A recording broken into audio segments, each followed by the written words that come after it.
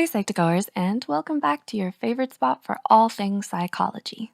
Thank you so much for your love and support, enabling us to make yet another exploration into everyday psychology. So let's begin. Do you ever wonder if your problems can be concluded to the idea that you're just too smart for your own good? Even high IQ comes with its own set of highs and lows. Sigh. We usually think of the highly intelligent as people who are destined for success and given more opportunities than others.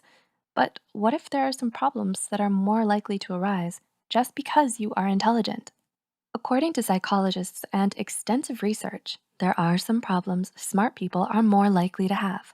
Before we begin, please do not use this to self-diagnose, as this is not a scale for rating intelligence.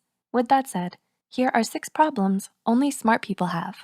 Number 1, they often suffer from psychological disorders. Yes, you heard that right. Research suggests that your intelligence can also mean an increased risk of you developing certain affective disorders. Psychologist and researcher Ruth Harpinski conducted a study in which all of her participants were members of American Mensa, a high IQ society, which requires all its members to have an IQ in the top 2%. The participants self-reported whether or not they were diagnosed with or suspected they had a range of mood disorders and anxiety disorders. Disorders reported included attention deficit hyperactivity disorder, ADHD, and psychological diseases that include environmental and food allergies, asthma, and autoimmune disease.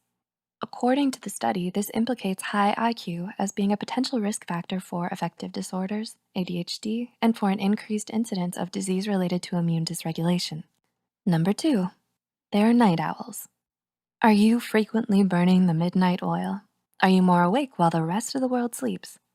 According to researchers Richard D. Roberts and Patrick C. Kylalin, evening types are more likely to have higher intelligence scores.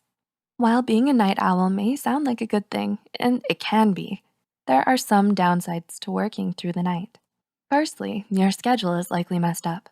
You work long hours throughout the night without getting tired. But because of this, you stay up through the night, and then you also have to get up early for work. If you don't get the necessary sleep, you may feel tired and groggy when you have to work during the day or when socializing with friends. If your sleep schedule is off, you likely won't be feeling as alert and well rested as your friends at 7 a.m., which means that morning picnic you all had planned, well, you may just feel you need to cancel. You're too tired. Maybe reschedule for an evening of dancing instead.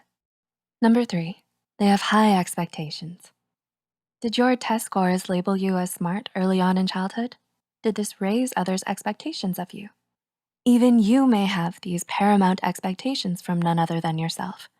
People expect you to succeed and achieve nearly perfect scores on all your tests because you displayed characteristics that deemed you as smart. So, meeting these expectations may hang as a bit of a burden upon your shoulders, and those expectations ultimately cause you serious stress if you don't manage them effectively.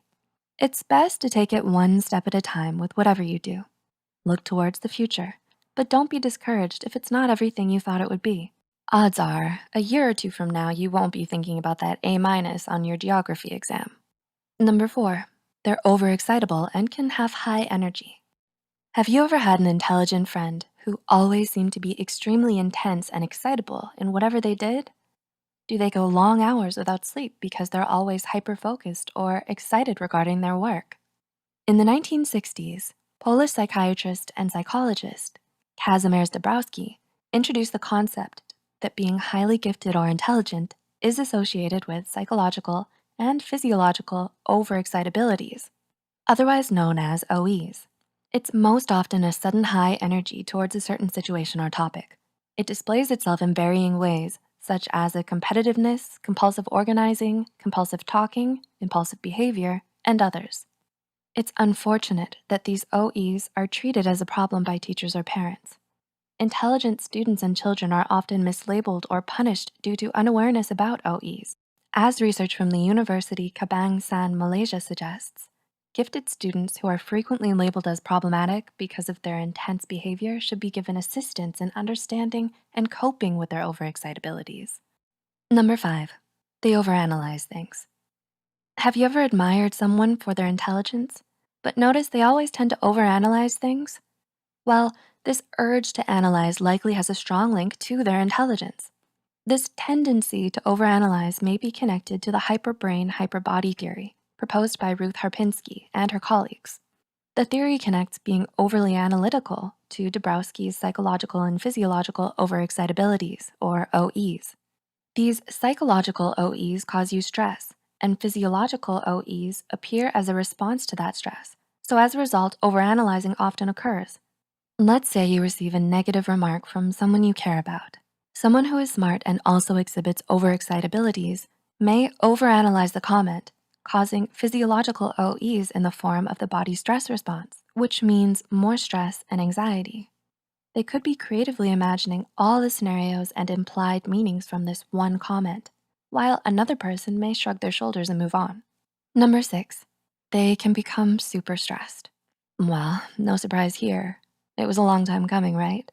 With all the extra analyzing going on, it ultimately had to lead to this. It has often been suggested that smart people are some of the biggest worriers. No, not warriors, but hey, with all the stress they've been through, they might as well be called warriors too. Harpinski's studies only add to this idea that those who have a high IQ and likely display overexcitabilities are often suffering from stress. With psychological OEs, people will often ruminate and feel stress about certain situations. Since physiological OEs appear from the body's response to this stress, when these two interact, it can cause both physiological and psychological dysfunctions. Stress, stress, stress. The truth of it all is, the more you think and ponder on an idea, the more you may think of negative scenarios or problems, and therefore stress about them. We hope we were able to give you insight in some of the ways you can identify the sneakiness of smartness. Do any of these resonate with you? Leave a comment down below and feel free to share any experiences and thoughts you have as well. If you found this video insightful, be sure to hit the like button and share it with those out there still boggled with the trials and tribulations of intelligence. Don't forget to subscribe to Psych2Go and hit the notification bell for new videos. As always, thanks for watching.